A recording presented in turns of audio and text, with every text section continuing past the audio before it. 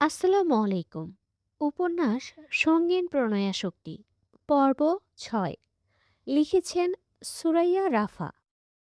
San Francisco থেকে mile ৩০ দূরে ছোট্ট নির্জন এই শহরতলির আবহাওয়া বড়ই অদ্ভুত। সপ্তাহে বড়জোর দুই একটিবার রোদের মুখ দেখা যায়। বাকিটা সময় ঘুটঘুটে মেঘাচ্ছন্ন আকাশ, নয়তো কুয়াশা ঢাকা ঝাপসা প্রকৃতি। তার উপর হাড় কাঁপানো ঠান্ডা তো আছেই।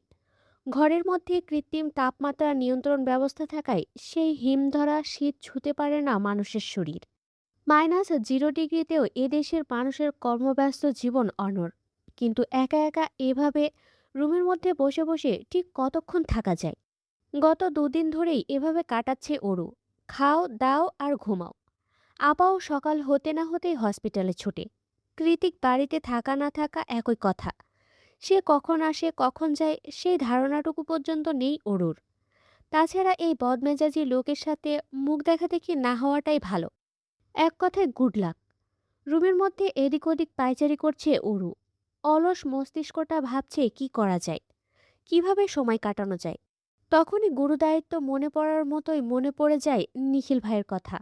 গত দুদিনে অরু তো ভুলেই গেছিল নিখিল ভাইয়ের সাথে একই দেশে আছেও। কিন্তু মাত্র এই কয়েকদিনের দূরত্বে কিভাবে আপনাকে ভুলতে বসলাম আমি নিখিল ভাই? ওর অবচেতন মস্তিষ্ক বলল, ভালোবাসলে ভোলা যায়? তার মানে আমি তাকে ভালোবাসি না?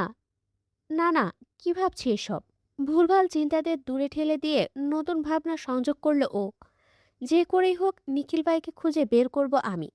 কিন্তু কিভাবে? তখনই চোখ গেল বেডসাইড টেবিলে অযত্নে পড়ে থাকা মুঠোফোনটার দিকে, যেটা গত দুদিন ধরে বন্ধই পড়ে আছে। ওরও এগিয়ে গিয়ে ফোনটা হাতে তুলে নিল। মনে মনে ভাবলো এটাকে চার্জ দিয়ে লাভ নেই, কারণ ওর কাছে সিম কার্ড নেই। তাহলে এবার কি হবে? ওরও পা দুলিয়ে খাটে গিয়ে বসে পড়ে। তারপর ভাবতে ভাবতে আনমনে বলে, আমাকে ধাপে ধাপে এগোতে হবে। সবার আগে নিখিল ভাইয়ের ভার্সিটি খুঁজে বের করতে হবে। আর সেটা জানতে হলে তিথিকে কল করতে হবে। একমাত্র ওই জানবে নিখিল ভাই কোন ভার্সিটিতে হায়ার স্টাডিজের জন্য এসেছে। তারপর অ্যাড্রেস নিয়ে সোজা নিখিল ভাইয়ের মুখোমুখি। কথাটা ভেবে লজ্জায় নিজের মুখে দুহাত চেপে মুচকি হাসে অরু। কিন্তু দিদির সাথে যোগাযোগ করার উপায় কি? বুদ্ধিদীপ্তদের মতো চোখ জোড়া বড় করে অরু বলল, আইডিয়া। এত বড় বাড়িতে নিশ্চয়ই একটা ল্যান্ডলাইন থাকবে। হ্যাঁ, থাকবেই। শুধু খুঁজে বের করতে হবে। নিজেকেই নিজে আশ্বাস দিল ও। তারপর আর দেরি করল না। তৎক্ষণাৎ ডায়েরির পাতা থেকে তিথির নাম্বার টুকে রাখা পৃষ্ঠাটা ছিঁড়ে নিজের দিকে ছোট লাগালো নতুন কোনো সুযোগের আশায়। বেখেয়ালি ওরও এক প্রকার নাচতে নাচতেই নিচে নেমে এলো।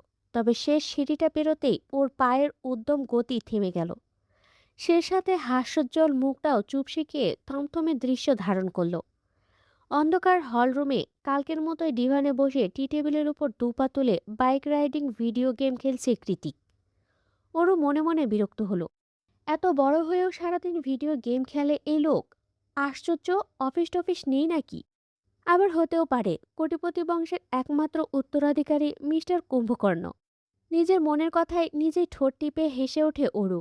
সঙ্গে সঙ্গে মনিটরের গেমটা পজ হয়ে যায়। কৃতিক ভ্রুকুসকে ওর দিকে তাকিয়ে থাকে কয়েক সেকেন্ড।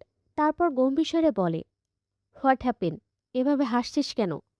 আমি বয়সে তোর থেকে ঠিক কত বছরের বড় তুই জানিস? অরুর হাসি থেমে যায়। চারদিকে ঘুটঘুটে অন্ধকার, তার সাথে নিস্তব্ধ পরিবেশ।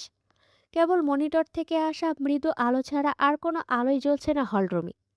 জানালা থেকে শুরু করে কাচের দেয়ালের পর্দাটা পর্যন্ত টেনে দেওয়া।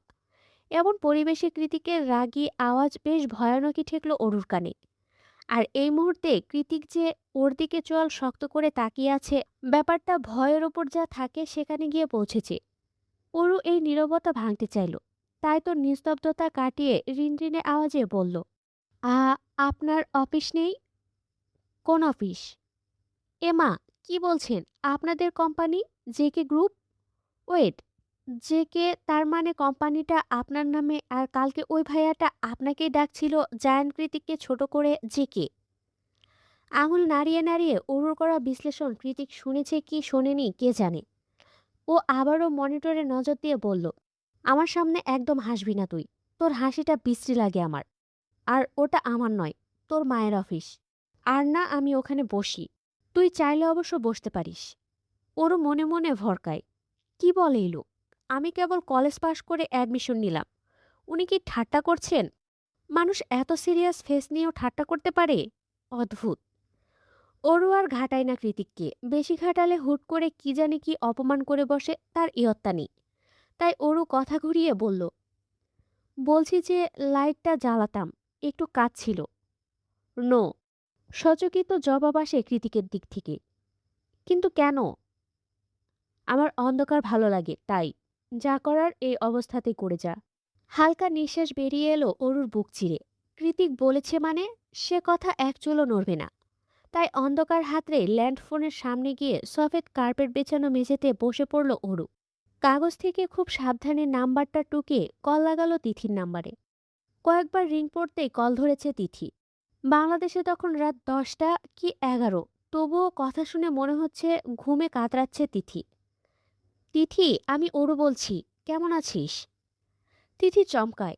একে তো বিদেশি নাম্বার, তার ওপর দেশে থাকতেই সকল যোগাযোগ বন্ধ করে দিয়েছিল অরু। এখন হুট করেই আবার কেন কল দিল? তিথি কিছু বলবে তার আগে অরু বলল, তিথি, আমার তোর সাথে অনেক কথা আছে, সব খুলে বলবো তোকে। তার আগে ছোট্ট একটা ইনফরমেশন দে। নিখিল ভাই কোন ভার্সিটিতে পড়ার জন্য ইউএসএ এসেছে। তিথি ওপাশ থেকে কি বলল সেটা শোনা না গেলেও আপাতত মনিটরে এতক্ষণ ধরে নির্দ্বিধায় চালাতে থাকা বাইকটা ব্রেক ফেল করে বিধ্বস্ত হয়ে পড়ে আছে। পর্দায় বড় বড় অক্ষরে লেখা উঠেছে, গেম ওভার। কেন যেন হুট করে ফুপিয়ে কেঁদে উঠল অরু। কাঁদতে কাঁদতে অসহায়ের মতো করে বলছে, তিথি, তুই কি ড্রাঙ্ক? এভাবে কেন কথা বলছিস? তুই কি কোনো বাজে ছেলেদের পাল্লায় পড়েছিস? বল না। ওপাশ থেকে টলতে টলতে তিথি বলল, বেশ করেছি বলেছি। তুই আমার বন্ধু হওয়ার যোগ্যতা রাখিস না। আমাদের ফ্রেন্ডশিপটাকে কোনো কালে গুরুত্ব দিসনি তুই। উল্টে সবসময় আমাকে আর নীলিমাকে ইউজ করে গেছিস। এটা বল, ওটা বল, এটা জানা, সেটা জানা। কেন রে? আমি কি তোর চাকর? তোর ইনফরমেশন কালেক্ট করাই কি আমার কাজ? তার উপর সবসময় এমন ভাব করে এসেছিস যেন তুই পারফেক্ট, তুই কৃতিককুঞ্জের মালকিন। আর আমরা কি, লেম? কি বলছিস এসব তিথি? তোর মাথা ঠিক আছে? খানিকটা তাচ্ছিল্যে হেসে তিথি আবারও বলে, আরে তুই তো আসলেই কচুরিপানা রে। আমার মাথা ঠিক আছে কি নেই সেটা জিজ্ঞেস করার তুই কি? আমি তো এই ভেবে তোকে বন্ধু বানিয়েছিলাম যে তুই অত বড় বাড়ির মেয়ে। পুরান ঢাকার নামকরা রিয়েল এস্টেট ফ্যামিলি বিজনেস তোদের। ও মাই গড! কিন্তু তুই তো আসলে ওই বাড়ির কেউই নস, আশ্রিতা মাত্র। তোদের জন্য ওই বাড়ির একমাত্র ছেলে জায়ান কৃতিক চৌধুরী নিজ বাড়িতে পা রাখে না পর্যন্ত। তাহলে ভাব তোরা কত নীচ। আর তোর সাহস দেখে তো আমি রীতিমতো অবাক হচ্ছি। তুই কি না নিখিল ভাইয়ের খোঁজ করছিস? তুই জানিস নিখিল ভাই কত বড় সায়েন্টিস্ট হবে? তুই তার নখের যোগ্যও রাখিস না ওরু। তাই তোর ভালোর জন্যই বলছি, ওনার বউ হওয়ার যে দিবাস্বপ্নটা দেখছিস না, সেটা এবার বন্ধ কর। আর যাই হোক, নিখিল ভাইয়ের মতো হাই স্ট্যান্ডার্ডের ছেলে অন্তত তোকে বিয়ে করবে না। ওর চোখ দুটো বন্ধ করে সমস্তটা শুনে গেল। এই ভয়টাই তো পেয়ে এসেছিল এতগুলো বছর ধরে। আজ এত দূরে এসেও সেই ভয় থেকে পালাতে পারল না ও। ঠিকই মুখোমুখি হয়ে গেল তিক্ততায় পরিপূর্ণ কিছু চরম সত্যের। নিস্তব্ধ শুনশান হলরুমে ওর ফুপানির আওয়াজ স্পষ্ট শোনা যাচ্ছে।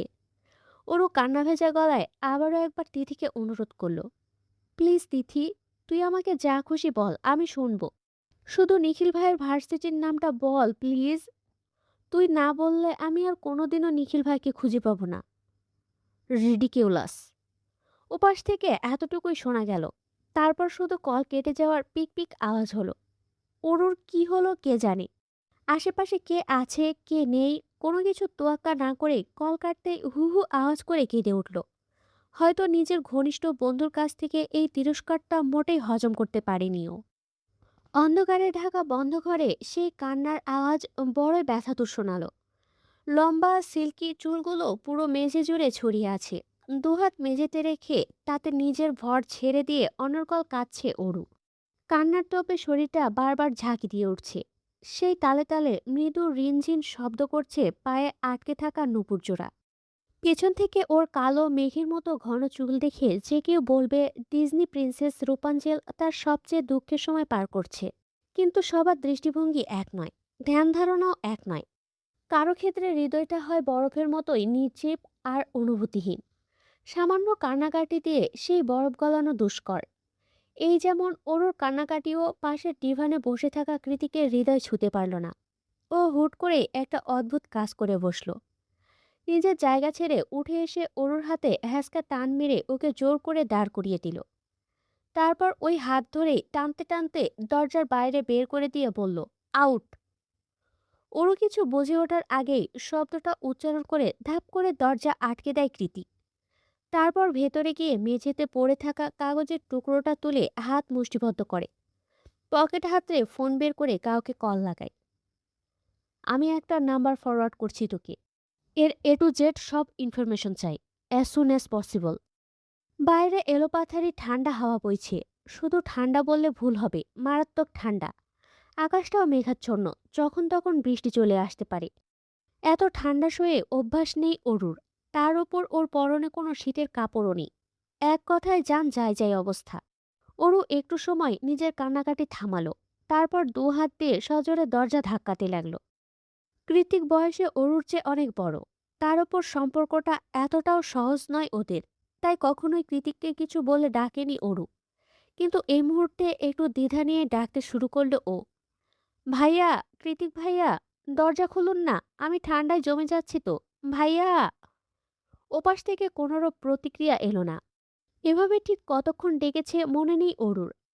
ডাকতে ডাকতে এক পর্যায়ে দরজার সামনে ক্লান্ত হয়ে বসে পড়ে ঠান্ডায় নীল হয়ে যাওয়া অসহায় অরু।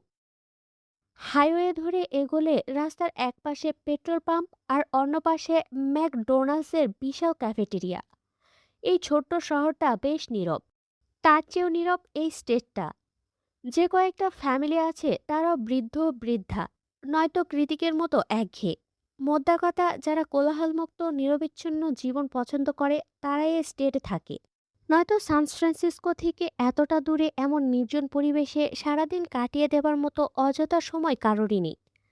দুপুরবেলা হওয়াতে ক্যাফেটেরিয়ায় বেশ কিছু মানুষ আছে। তারা যে যার মতো ছাদে গোল টেবিলে বসে একটু একটু কফির সিপ নিচ্ছে আর গল্প করছে। লাল সাদা লোগোর একটা গোল টেবিলে প্রত্যয়ও বসে আছে। মাত্রই একটা গরম কফি শেষ করলো সে। এখন একটু নিকোটিনের ধোঁয়া ছাড়ার জন্য মনটা নিষ্পিস করছে। তাই ঠোঁটের কোণে সিগারেট নিয়ে বাঁ হাত দিয়ে দেশলাই জ্বালানোর চেষ্টায় আছে ও।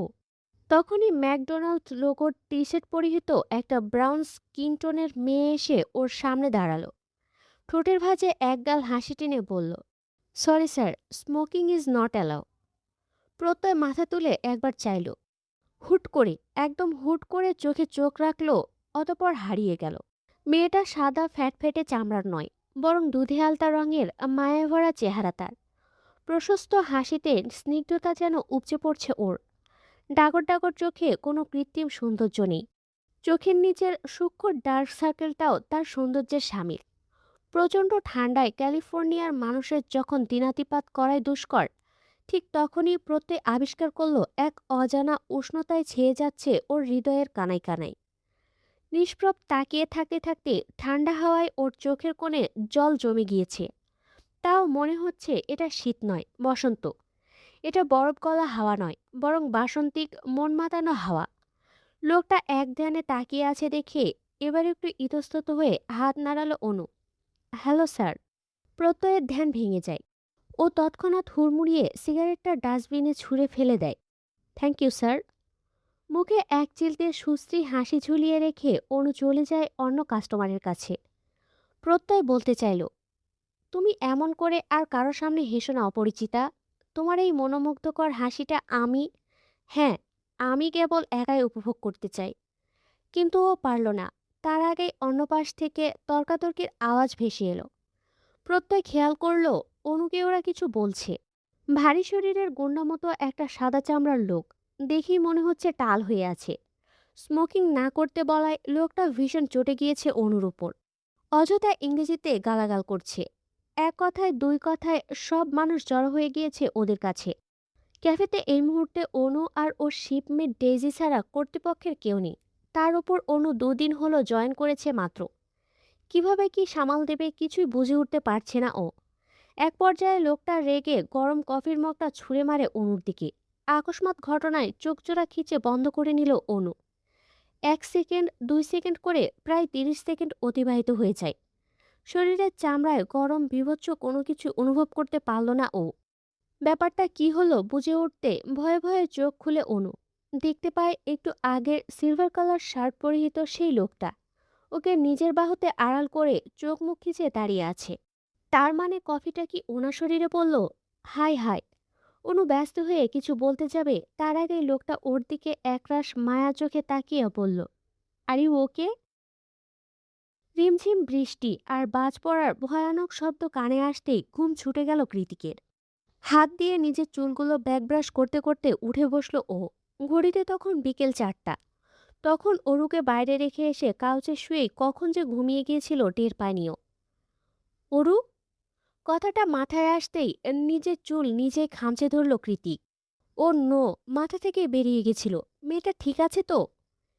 এক মুহূর্ত অপেক্ষা না করে ছুটে গিয়ে দরজা খুলে দিল কৃতিক।